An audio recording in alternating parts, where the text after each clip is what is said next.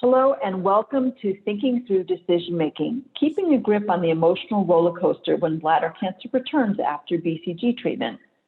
This webinar is jointly sponsored by the Cysto Bladder Cancer Study, a clinical trial comparing bladder removal with medical therapy for patients with a recurrence of non-muscle invasive bladder cancer.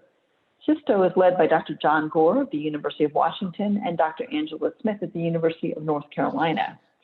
Taking the lead in tonight's program is urologist Dr. Jennifer Taylor. She is an assistant professor at Baylor College of Medicine in Texas and very involved in the Cysto study. So Jennifer, it's really a pleasure to have you here. I'm going to turn controls over to you and I'm going to go on silent unless you need me. Thank you so much. Hello, good afternoon. Thank you for joining us. In today's discussion, we will be focusing on what patients like you found important to think about and consider while making a decision about treatment. We will also be focusing on the emotional side of that decision and how the decision-making experience felt. We hope that today's discussion will help you feel less alone as you think about the right treatment for you. Today's webinar is co-sponsored by the Bladder Cancer Advocacy Network, Beacon, and the Cysto Research Study. Beacon is the only national advocacy organization devoted to advancing bladder cancer research and supporting those impacted by the disease. As Stephanie said, the Cysto study is an observational clinical trial comparing two treatment options for non-muscle invasive bladder cancer that returns after BCG treatment. Cysto is led by researchers at the University of Washington and University of North Carolina and has more than 20 sites around the United States enrolling patients. We will share more at the end of our discussion today about how you can access Beacon resources and learn more about participating in the Cysto study. Today, we're going to focus on the process of making a treatment decision rather than the details of any one specific treatment. For details on a particular treatment, the Beacon website, bcan.org, is a great place to start. We'll share that URL again at the end of our discussion today. First, we would like to hear from all of our participants to learn a little bit more about their backgrounds and their connection to this topic.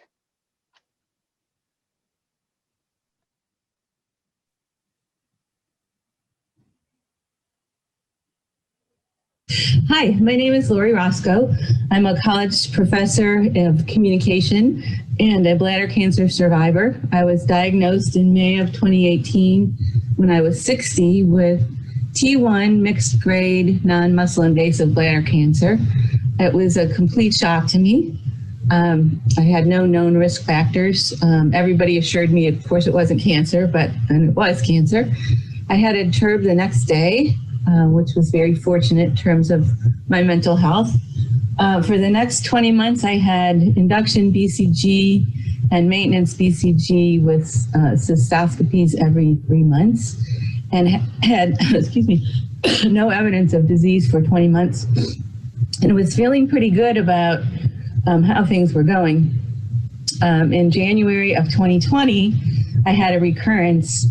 My urologist said it's 97% chance, not a recurrence, it's probably inflammation. Let's do a biopsy just to be sure. And sure enough, it was a recurrence. So this created quite a quandary for both of us. My urologist suggested having a radical cystectomy, and I just said, no, I'm not ready to talk about that at all. And he said, we can do more BCG. He encouraged me to get other opinions. I met with doctors at University of Florida and at Johns Hopkins, and they both said, if you want, we can do other things if you want to delay a radical cystectomy, but that's really the treatment for you. This treatment, even though you go from a pretty low disease burden to a very major surgery, this surgery was really meant for patients like you. So I had a radical cystectomy, hysterectomy in March of 2020, and recovered from that with, some ups and downs, which I think we'll discuss in the webinar. And then when I went back for my CT scan results in August of this year, was diagnosed with stage 1 lung cancer. Again, a total surprise. This was a incidental finding on some of the many CT scans I had. And frankly, I wasn't worried about it. I just pretty much said, I have bladder cancer. That's enough. This thing is scar tissue or, it's nothing. Just let's not worry about it. And then in August, the thoracic surgeon that had been consulting with me said, I don't like the way it's changed. I want you to have a needle biopsy, and then turned out to be lung cancer. And I had lung cancer surgery in September of this year. So it's been a rather dramatic year in terms of my health. I've had the wonderful support of my husband. I really couldn't have done it without him. He was the last caregiver partner that they allowed in the hospital before COVID. So actually the last few days he kind of had to hide because the hospital had shut down from having any visitors whatsoever. And I really feel for any patient that was in that situation, because not having someone there to just reassure you that this is going to be okay would have been really difficult. So at present, I'm still in the sort of recovery phase from both of these surgeries, but doing pretty well, getting a little more active every day, and very happy to be alive and very happy to be sharing my experiences with this group.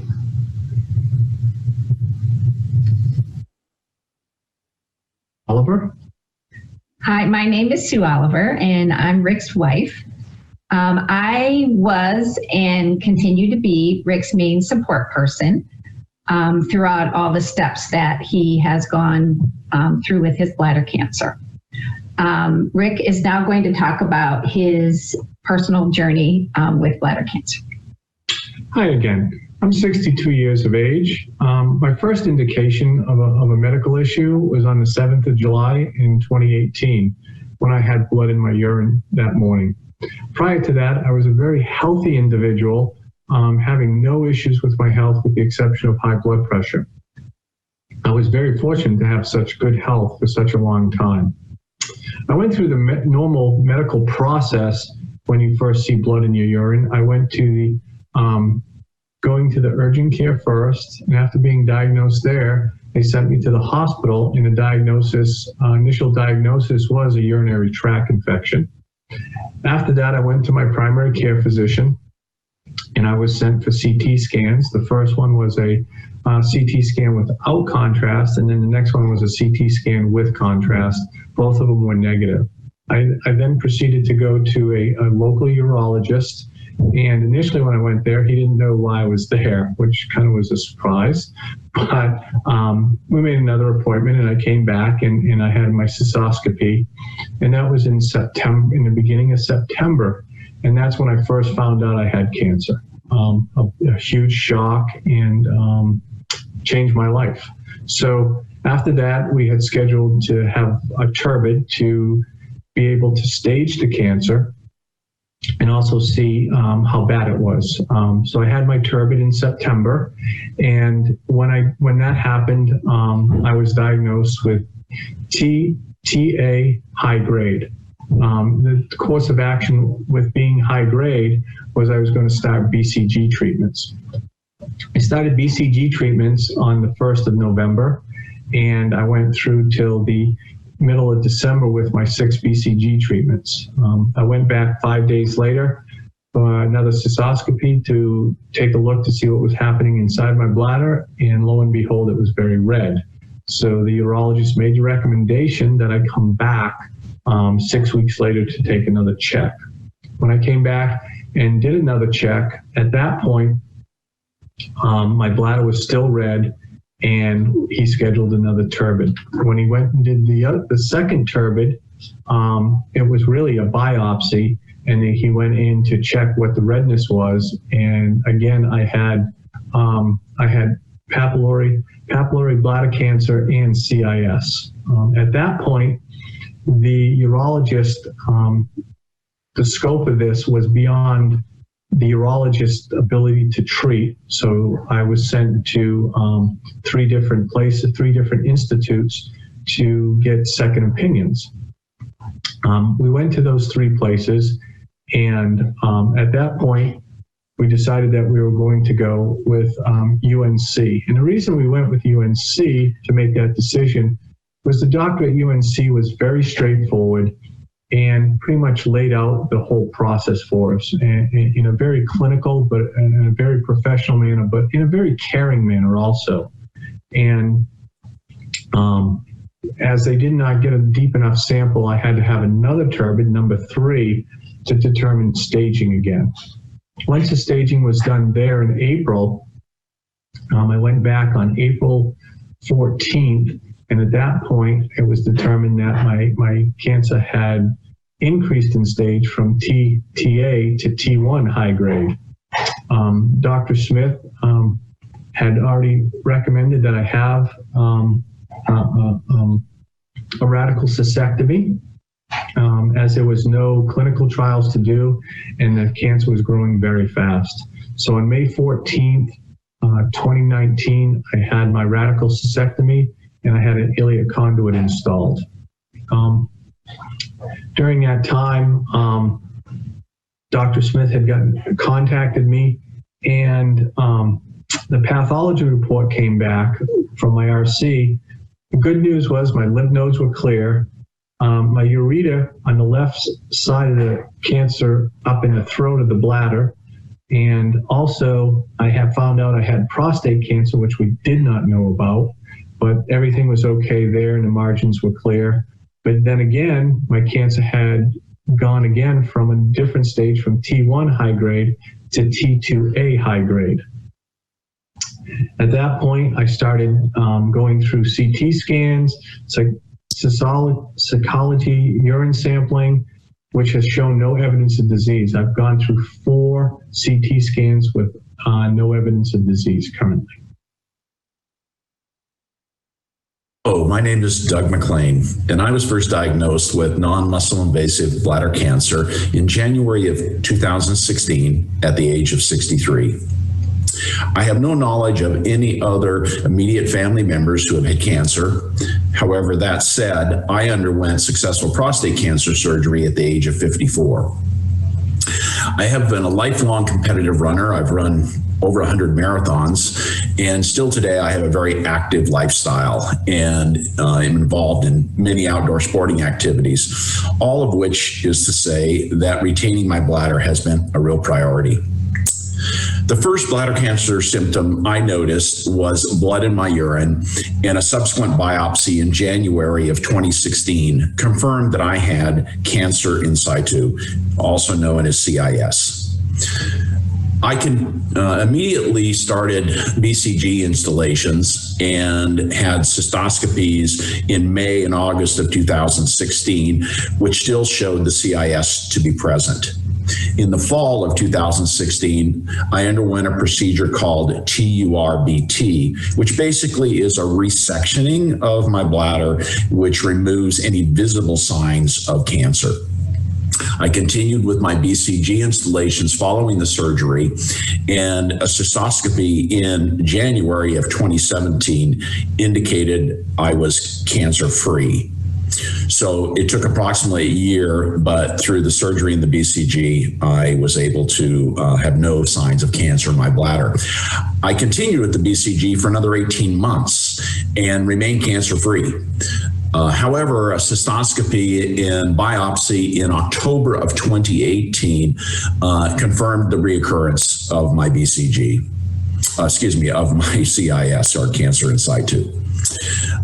At that time, a new trial was beginning at UCLA where they were accepting patients into the trial who had failed with their BCG treatments. I was accepted into that trial, and I began installations of a new immunotherapy drug in combination with BCG. That drug was called ALT, or ALT-803, which basically was an enhanced immunotherapy drug. It was instilled, I should say, into my bladder in the same way as the BCG. In February of 2019, after my first regimen of BCG and ALT-803, a cystoscopy showed no presence of the cancer or the CIS. I thus continued in the trial until the fall of 2019. And then I had a biopsy which showed that the cancer had returned. So that made it impossible to continue with the trial. And I now was faced with another major decision. That is, I have failed now with BCG and BCG ALT-803. What's the next step? I conferred with my urologist, Dr. John Gore at the University of Washington, and we decided that we would try a regimen of chemotherapy drugs, and those drugs are gemcitabine and docetaxel. They are instilled into the bladder in the same manner as the immunotherapy drugs. However, their action is to kill any cancer in the bladder rather than to teach my immune system to fight it. So I began that regimen of drugs in January of 2020, so about 1 year ago. And I've had subsequent cystoscopies since then, and all those cystoscopies have proven negative. In fact, it's rather ironic, but I have my next cystoscopy tomorrow, the day after this webinar. And of course, we're hoping for the same good results in that. So in summary, I would liken the fight against my bladder cancer to that of running the marathons that I've run. The fight is challenging, and it does require an unrelenting commitment to try to stay ahead of the pack in this case being the return of my cancer. So with that, I look forward to our webinar today, and thank you for allowing me to participate.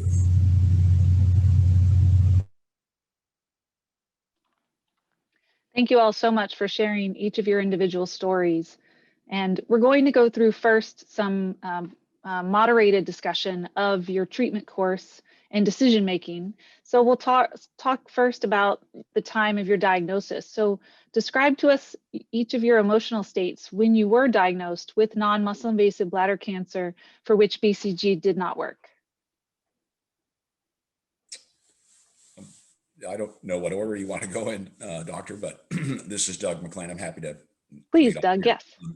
So I would have to say that when I first was diagnosed with my cancer, I really became interested in the causes of it, the treatments available and so forth. So I really became what I refer to as a student of this disease. And so for the next, 24 months while I was using BCG, I really was studying the disease, all the different treatments available, reading about dozens of trials. So I would say that when I was finally diagnosed with the return of the disease, I was fairly unemotional. I felt I was well educated. I felt I knew a lot of alternatives out there. And so I would say that I was prepared to address the next step without getting too emotional about it. So I would have to say that because I immersed myself in the literature and all the research and talked to patients and talked to many Beacon participants, I felt confident that we would pick the next step and it would be appropriate for me. And for me, this is Rick Oliver. For me, prior to my diagnosis, my urologist was very optimistic, so I was feeling pretty good about, beating this. So when I heard that the BCG treatment did not work for me and my cancer had gotten worse, I was pretty much devastated and I was really numb about it, that's really the emotions I had. And because it was such a surreal moment when that happened. And initially, when I go back and think about it, and I've thought about it for a while now, I was very angry. And I was angry at the urologist for, allowing this to happen to me and trusting him. And, that was not the right thing to do. But at that time, I was very angry. This was just the natural progression of this cancer inside of me. Well, my experience was somewhat different. I was completely undone by the news of my initial diagnosis and more so by my recurrence after 20 months of good results with BCG. I was not prepared for BCG to fail me. even though I knew that was a possibility. I considered not doing any treatment. I actually contemplated committing suicide, which I hesitated to share in this webinar, but my friends told me, if you're going to do it, be honest. I was at the absolute brink of despair. I couldn't discuss with my urologist radical surgery. I had never had surgery except for the TURB that I had had 20 months before. I couldn't imagine going through that kind of surgery. I just didn't think I had what it took to do. My husband and my sons and my friends all begged me to reconsider and to at least see what my options were, because they really wanted me to be around. And so that was encouraging. But I kept hoping that that this wasn't happening to me, and that this was a mistake, and that something else would come along. I was so anxious that I had to take an immediate leave of absence from my university teaching position. I could not really function at all. So my decision-making was absolutely clouded initially by fear and anxiety, depression, and hopelessness. And I think that's why it's so important to do the cysto study and continue other research on bladder cancer, because this is a really very difficult decision point, whether you approach it emotionally or more analytically. And it's also, I also want to say that if you are faced with this choice, you can work through this darkness. I'm here to tell you that it's not easy, but it's doable, and you can survive, and you can actually thrive. So even though the choices seem very difficult to comprehend at the time, you can do it. And if I can do it, you can do it, believe me. These are all very natural and understandable reactions to this news. And if you can describe a little more, how did those emotions affect your approach to decision making once you started learning what the treatment choices and options were? I think you might have touched on that so far, but. Do you want me to continue? Sure, Lori, back to you. Yeah. Well, I finally was able to call up the more rational part of my researcher analytical side and talked with my urologist. My husband and I had a long conversation with him, and he encouraged us to get other opinions, much as Rick and Sue mentioned, and we did that. And everybody, and I consulted with the urologist friend also, they all said they could offer things that would postpone this decision if that was my desire. But they all strongly recommended that, given my course of the way the disease was progressing, that a radical cystectomy would be my best bet. I'm a kind of patient that needs to hear the whole story, even the bad parts that you don't necessarily want to hear, which, doesn't suit anybody. But I've spent my, or everybody, I've spent my professional life researching how patients make end-of-life decisions. And too often I've seen patients encouraged to make the next decision without fully understanding that you need to take into account the whole trajectory here. And that if you don't, sometimes you end up in a place that you don't necessarily want to be. So I needed to figure out mostly whether I could do this, what my recovery might be like. Nobody sugarcoats that. And what my quality of life would be, both in the near term and hopefully in the future. So I did finally decide to have a radical cystectomy last March in 2020. I sat in the waiting room waiting to be called back, absolutely undone, crying hysterically, not knowing what kind of person was going to show up at the end of this experience. Yeah, that's what I did with an ileal conduit. Thank you, Lori. Maybe Rick and Sue. After the initial shock of that BCG didn't work, I was really at that point, unlike Lori, but I was able to separate my emotions from my decision-making process, and I'm not sure if that was because of my engineer and my analytical background, but that was definitely something I did, so my decision was relatively straightforward at that time. So I was pretty good with that, because I had a big chance of my cancer getting worse.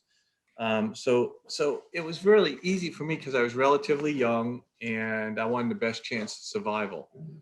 And yours was an incredible, development of more invasive disease on final discovery when you had the final surgery too. That's true, Jen. Yeah. And really looking back at this though, I put that analytical hat on and I did all that. But realistically, when I was looking back at it and thinking about it in these past few months, I'm sure I was in denial, and I used avoidance to separate myself from this horrible thing that was happening to me. Thanks, Rick. Doug? Well, wow, I really appreciate what Lori and Rick just shared. I almost feel, I don't know whether I should feel naive or what, but I'm a very optimistic personality. You probably have picked up on that. And so I approach things, I think, in that vein. And so I've always been optimistic that there is, another fork in the road that we can study and pick an alternative for. So I've never been, I would say, depressed. I felt challenged, certainly, but I'm not a person that I just don't lay awake thinking about what if or if this wouldn't have happened. So I will have to say, again, I'm not trying to make it less than it is. It is a tough, challenging decision, but I just didn't let my emotions and my stress kind of take over. So, and that's sort of my mind state today.